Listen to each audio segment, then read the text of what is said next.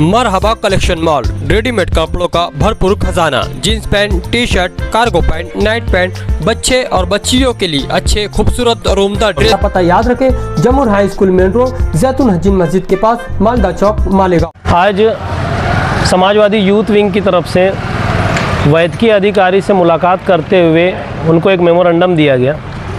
Memorandum देने का विषय या सब्जेक्ट ये था कि गुज़िश्ता कुछ दिनों पहले 2 बच्चों की मौत हुई डिप्थीरिया नामी बीमारी से। एक बच्चे की उम्र थी 1 साल और उसी का सगा भाई, ऐसी मालूमात है कि उसी का सगा भाई 5 साल का था।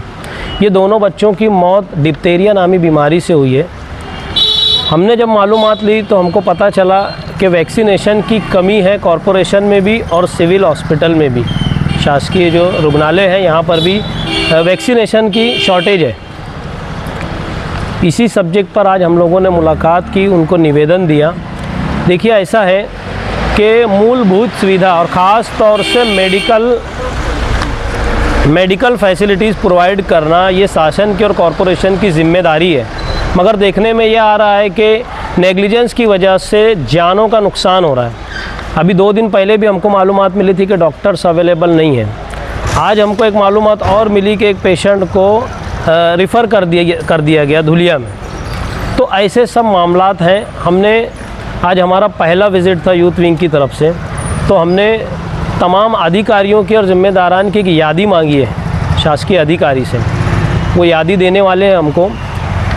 शहरियान से भी हम लोग अपील करेंगे कि वैक्सीनेशन को लेकर अपनी सीरियसनेस दिखाएं, क्योंकि अपनी जान बचाना कम से कम अपनी खुद की ज़िम्मेदारी है।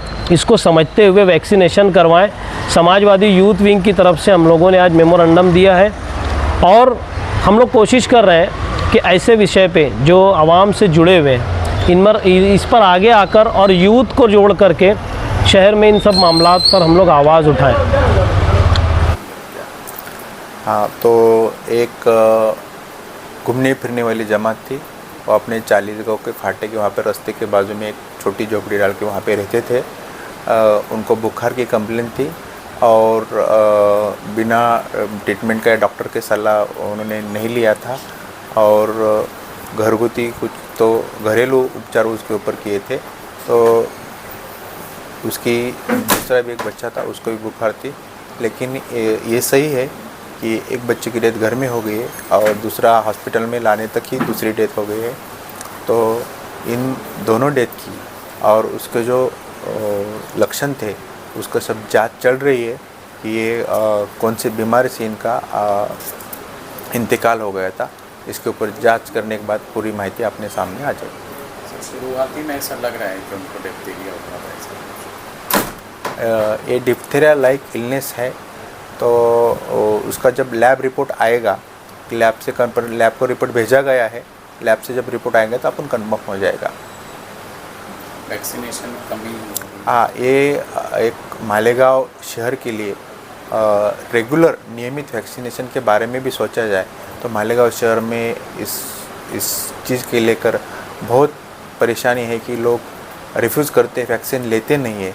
तो मैं एक आवाम से गुजारिश करता हूँ कि सभी ने अपने बच्चों को सिंस बर्थ, जन्म होने तक से जो वैक्सीन है, जो टीका है, वो टीके लगाने चाहिए। क्योंकि आपने जो टीके की वजह से जो बच्चों की जानें बचने वाली है वो बहुत इम्पॉर्टेंट है। तो वंस अगेन और एक बार मेरी यही सभी लोगों को विनती है कि मालेगांव शहर में जो वैक्सीन के बारे में जो बच्चों के माँ बाप की जो नहीं करने का जो ये है उसके ऊपर है होके बच्चों को टीका लगा के लेना चाहिए। सर, इसको जो लगने वाले वैक्सीन्स होते हैं जैसे पेंटा वगैरह जो भी है वो सारे अपने पास में अवेलेबल है? हाँ, वैक्सीन का पूरा स्टॉक अपने इधर है और बैलेंस स्टॉक भी अपने इधर। वैक्सीन की कोई कमी नहीं है। अभी अगर समझ लो आउटब्रेक अगर होता है या फिर ऐसा लगता है कि देना पड़ेगा तो उसके लिए भी पूरा वैक्सीन पूरा है अपने पास, वैक्सीन की कोई कमी नहीं।